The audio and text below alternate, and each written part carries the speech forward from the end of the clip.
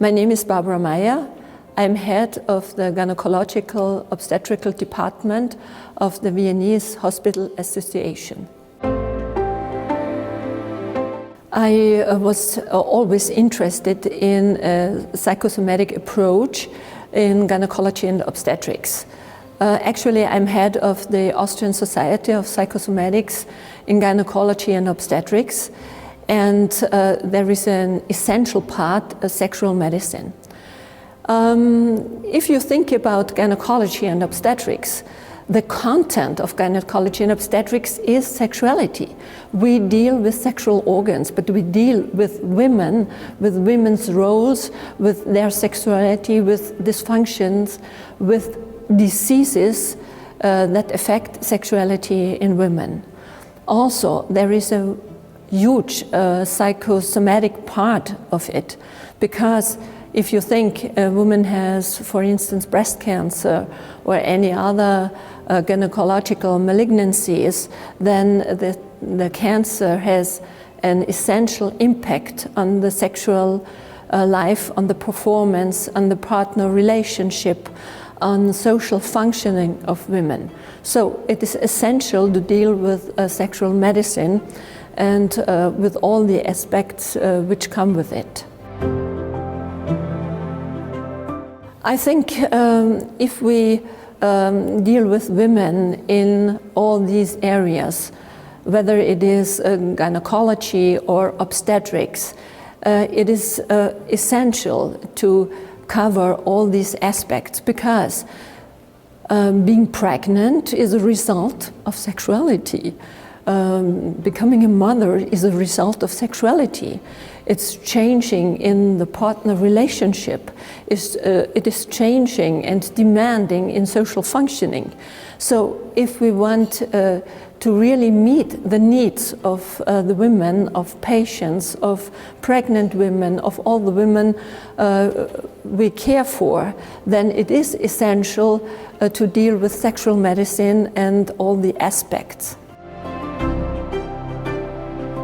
We, as the Department of Gynecology and Obstetrics, were designed by our association, Viennese Hospital Association, as the clinic for SARS-CoV-2 infected pregnant and delivering women. So we got a lot of experience in this field. SARS-CoV-2 changed the life of women especially because women had to deal with so many issues. They are those who have to deal with all the emotional aspects in their families.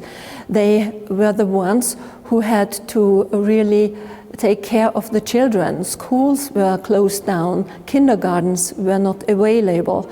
And in my department, most of my co-physicians are women. We only have 3 male co-physicians, and so we experienced the changes also in our professional lives.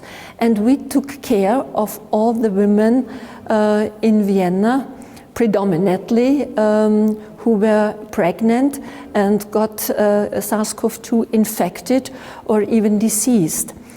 And it was a big challenge to take care of them, because a delivery with a SARS-CoV-2 infection is a big challenge for the delivering woman, but also for the obstetricians, for the midwives. And especially as the head of this department, I was in a big sorrow that my staff would get infected and we would have problems to really do our job. So we still have big demands, because we were the first big town, the first capital town in Europe that offered vaccination for pregnant women. We had very good support from the mayor in Vienna and from the elder man for health issues, Stadtrat Hacker in Vienna. So we got the chance to offer and prioritize pregnant women for vaccination. it is clear that a vaccination for pregnant women should not take place before 14 weeks of gestation, because in this time frame, from 0 to 14 weeks of gestation, there is the organ development of the embryo and the fetus, and this shouldn't be side effected in any way. But the big chance to get vaccinated, prioritized vaccination for pregnant women is a big progress. We hope that pregnant women will take the offer, but not so many have taken it, because there are so many myths about vaccination in pregnancy, during pregnancy, and especially vaccination against SARS-CoV-2. People think even before they get pregnant, they would have diminished fertility because of the vaccination. And if they are pregnant, they would endanger the development of their embryo, their fetus, their child. But the contrary is the case, because pregnant women are very much endangered to get a very problematic outcome in disease. They often need intensive care, unit care. They even need transplantation of lung, ECMO, and so on. This is a big problem. So people should outweigh the risk between getting diseased and the little incommodity with the vaccination.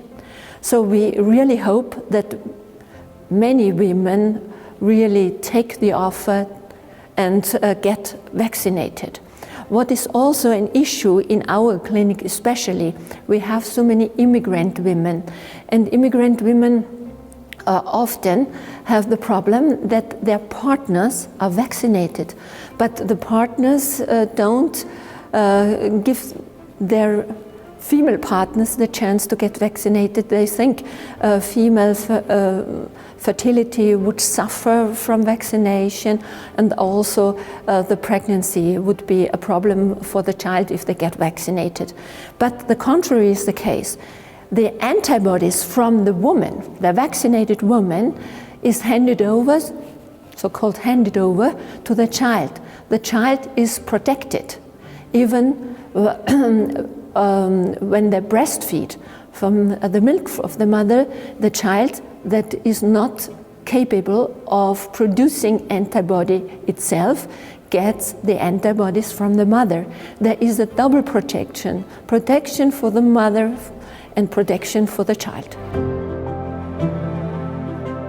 I was very fond of the last talk we had the chance to listen to today, and the issue with SARS-CoV-2 is a big issue, and we have to think about Austria is a rich country. In Austria, enough vaccination products are available. In poorer country are struggling to get vaccination products, and it is for me by far not understandable that we don't use our chances in this regard. Marianne, Dr. Greil-Seuker, is a friend of mine, and we were closely working together since decades.